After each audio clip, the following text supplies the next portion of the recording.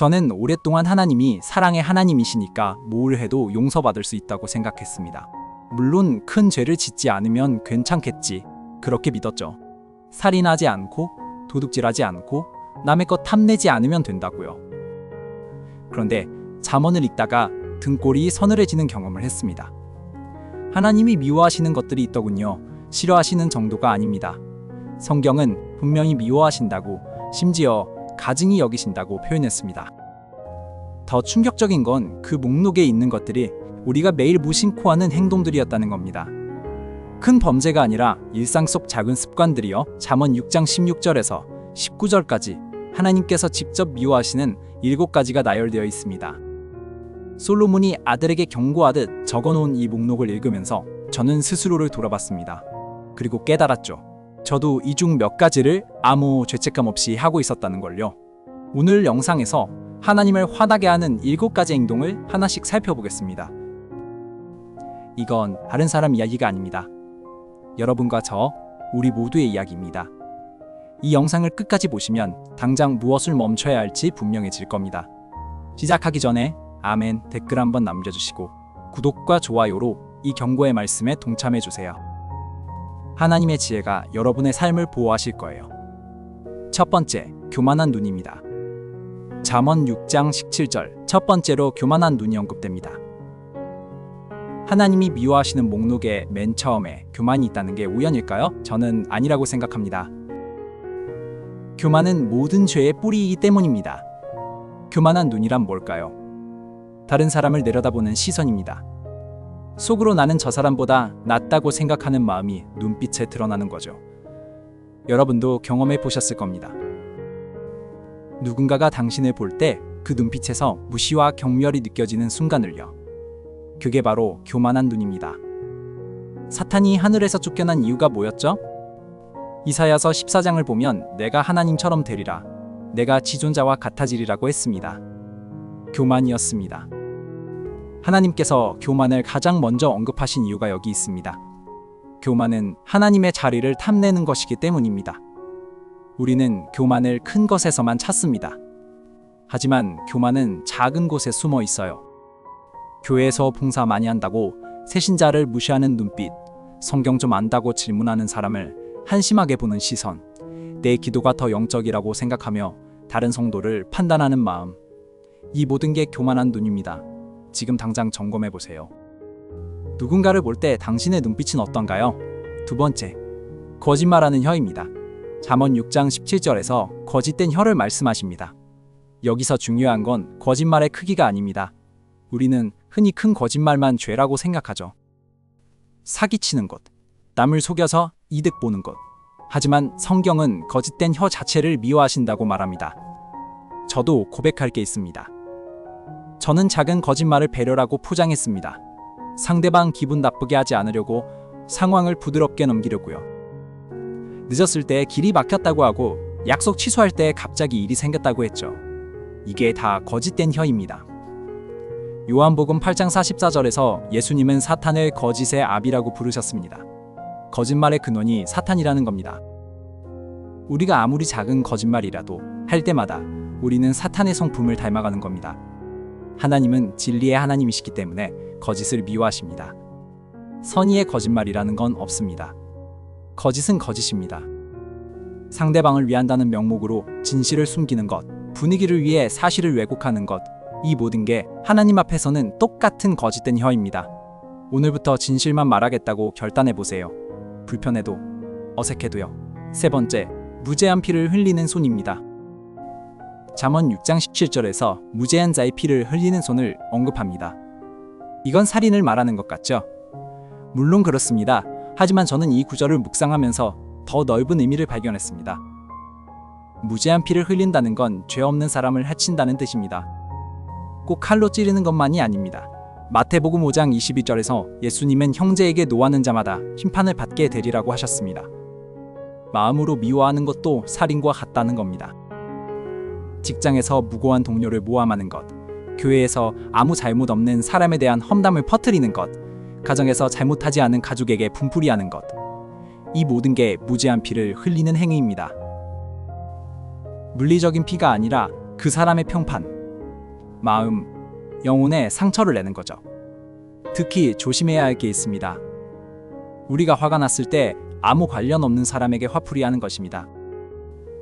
회사에서 받은 스트레스를 집에 와서 아이들에게 푸는 것, 교회에서 서운한 일 당하고 운전하다가 다른 차에 경적 울리는 것, 이게 다 무죄한 자를 해치는 겁니다.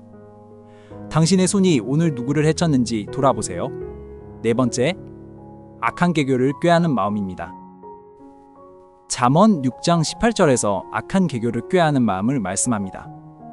이건 단순히 나쁜 생각을 하는 게 아닙니다. 계교를 꾀한다는 건 의도적으로 계획한다는 뜻입니다. 누군가를 해치거나 이득을 취하기 위해 머리를 굴리는 거죠. 저는 이 구절을 읽고 소름이 돋았습니다. 왜냐하면 우리는 생각만 하면 괜찮다고 여기거든요. 행동으로 옮기지만 않으면 된다고요. 하지만 하나님은 마음을 보십니다. 계획만 해도 이미 죄라는 겁니다. 상사에게 복수할 방법을 궁리하는 것, 경쟁자를 밀어낼 전략을 세우는 것, 싫어하는 사람이 곤란해질 상황을 상상하며 즐거워하는 것, 이 모든 게 악한 계교를 꾀하는 마음입니다. 실행하지 않았어도 이미 하나님 앞에서는 죄가 된 겁니다. 예레미야 17장 10절에서 만물보다 거짓되고 심히 부패한 것은 마음이라고 했습니다. 우리 마음이 얼마나 쉽게 악한 쪽으로 기우는지 하나님은 아십니다. 그래서 마음 자체를 지키라고 말씀하시는 거예요. 오늘 당신의 마음이 무엇을 계획하고 있나요? 그게 하나님 앞에서 부끄럽지 않은 것인가요? 다섯 번째, 악으로 빨리 달려가는 발입니다. 잠언 6장 18절에서 악으로 빨리 달려가는 발을 언급합니다. 여기서 핵심은 빨리라는 단어입니다. 악을 향해 달려간다는 건 죄를 지을 기회가 생겼을 때 망설이지 않는다는 뜻입니다. 솔직히 말해볼게요. 우리 모두 유혹 앞에서 잠깐이라도 고민하는 순간이 있잖아요. 그 순간 성령님이 멈추라고 말씀하십니다. 양심이 찔립니다. 그런데 악으로 빨리 달려가는 발을 가진 사람은 그 경고를 무시합니다. 오히려 기회가 왔다고 생각하며 뛰어가죠. 험담할 기회가 생기면 바로 동참하는 것, 부정한 이득을 얻을 수 있으면 즉시 손을 뻗는 것, 다른 사람의 불행 소식을 들으면 빨리 퍼뜨리려고 하는 것, 이 모든 게 악으로 빨리 달려가는 발입니다. 이사야 59장 7절에서 그들의 발은 악으로 달리며 무죄한 피를 흘리는 데 빠르다고 했습니다. 이건 습관입니다. 악을 향해 빨리 달려가는 게 반복되면 나중에는 멈출 수가 없어요. 근육이 기억하듯 영혼이 기억하는 겁니다. 다음에 유혹이 찾아오면 일단 멈추세요. 그 3초가 당신의 영혼을 구할 수 있습니다. 여섯 번째, 거짓을 말하는 망령된 증인입니다. 잠언 6장 19절에서 거짓을 토하는 거짓 증인을 말씀합니다. 두 번째와 비슷해 보이죠? 하지만 다릅니다. 거짓된 혀는 일반적인 거짓말이고 거짓 증인은 누군가에 대해 거짓을 말하는 겁니다. 즉, 무고와 모함입니다. 이건 정말 심각한 죄입니다. 왜냐하면 거짓 증언은 죄 없는 사람의 인생을 망칠 수 있기 때문입니다. 성경에서 나봇이 어떻게 됐는지 기억하시나요? 열왕기상 21장에서 이세벨이 거짓 증인을 세워 나봇을 죽였습니다. 거짓 증언 하나가 한 사람의 목숨을 앗아간 거예요. 우리가 일상에서 하는 거짓 증언은 뭐가 있을까요? 보지도 않은 일을 본 것처럼 말하는 것, 들은 이야기에 자기 해석을 붙여서 전하는 것, 누군가를 나쁘게 만들기 위해 사실을 과장하는 것, 이 모든 게 망령된 증인의 행동입니다. 특히 교회 안에서 이런 일이 많습니다. 누가 뭘 했다더라, 누가 어떻다더라. 직접 확인하지 않고 소문을 진실처럼 퍼뜨립니다. 이게 바로 하나님이 미워하시는 거짓 증인입니다. 당신이 전하려는 그 이야기 직접 목격한 건가요? 아니라면 멈추세요. 일곱 번째, 형제 사이에 다툼을 일으키는 자입니다. 잠언 6장 19절 마지막으로 형제 사이에 다툼을 일으키는 자를 언급합니다. 이건 이간질하는 사람을 말합니다. 하나님이 미워하시는 7가지 중 마지막에 이걸 두신 이유가 있습니다. 공동체를 파괴하기 때문입니다. 하나님은 하나됨을 원하십니다.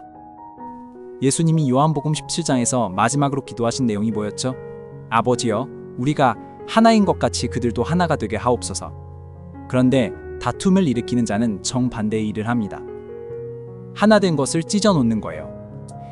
이런 사람들의 특징이 있습니다. 양쪽에 다른 말을 합니다. 가 너한테 이렇게 말하더라. 나 가서 나한테 이렇게 말하더라.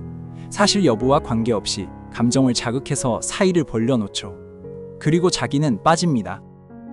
가정에서 형제 사이를 이간질하는 것, 직장에서 동료들 사이에 불화의 씨앗을 뿌리는 것, 교회에서 성도들 사이에 분쟁을 조장하는 것, 이 모든 게 하나님이 가증히 여기시는 행동입니다. 로마서 16장 17절에서 다툼을 일으키는 자들을 살피고 그들에게서 떠나라고 했습니다. 하나님은 이런 사람과 거리를 두라고까지 말씀하십니다. 그만큼 심각한 죄라는 겁니다. 당신은 화해시키는 사람인가요? 다투게 만드는 사람인가요? 오늘 우리는 하나님이 미워하시는 7가지를 살펴봤습니다. 교만한 눈, 거짓된 혀, 무죄한 피를 흘리는 손, 악한 개그를 꾀하는 마음, 악으로 빨리 달려가는 발, 거짓 증인, 그리고 다툼을 일으키는 자. 이 중에 당신과 상관없는 게 있었나요? 솔직히 저는 없었습니다. 이 목록은 우리를 정죄하려고 있는 게 아닙니다. 경고하려고 있는 겁니다. 하나님이 미워하시는 것을 알아야 피할 수 있으니까요. 성경은 거울입니다. 오늘 이 말씀이 당신의 마음을 비췄다면 지금이 바로 돌이킬 때입니다. 이런 죄, 지금 당장 해보세요. 이 7가지 중에서 가장 찔리는 게 뭔지 하나님 앞에 고백하세요. 그리고 오늘부터 멈추겠다고 결단하세요. 우리의 힘으로는 안 됩니다. 하지만 성령님이 도우시면 가능합니다.